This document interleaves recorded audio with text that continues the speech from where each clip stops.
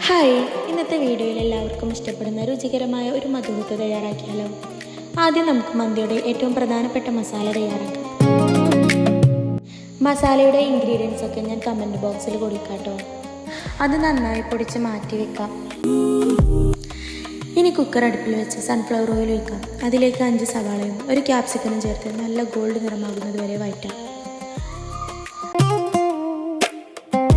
അതേസമയം തക്കാളിയും പച്ചമുളകും കഴുകി തക്കാളി നന്നായി അരച്ച് പേസ്റ്റ് തയ്യാറാക്കാം. ഇനി അത് കുക്കറിലേക്ക് ചേർക്കാം. കൂടെ 4 മാജിക് ക്യൂബും ഒരു ഉണക്ക നാരങ്ങയും ചേർക്കാം.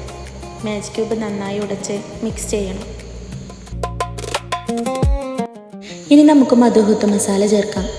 അത് നന്നായി മിക്സ് ചെയ്തതിന് ശേഷം ആവശ്യത്തിന് ഉപ്പും ചേർത്ത് 1.5 കിലോ ചിക്കൻ ഇട്ട് എല്ലാം നന്നായി യോജിപ്പിക്കാം. അവസാനം കുറച്ച് കുരുമുളകും ചേർത്ത് വീണ്ടും നന്നായി മിക്സ് ചെയ്യാം. ഇനി 1 കപ്പ് അരിക്ക് 1.5 ഗ്ലാസ് വെള്ളം എന്ന കണക്കിൽ വെള്ളം ഒഴിക്കാം.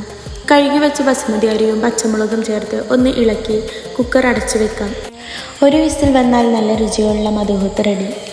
ഈ റെസിപ്പി നിങ്ങൾക്ക് ഇഷ്ടമായെങ്കിൽ വീഡിയോ ലൈക്ക് ചെയ്യാനും ഷെയർ ചെയ്യാനും ചാനൽ സബ്സ്ക്രൈബ് ചെയ്യാനും മറക്കല്ലേ. അടുത്തൊരു രുചികരമായ വീഡിയോയുമായി വീണ്ടും കാണാം.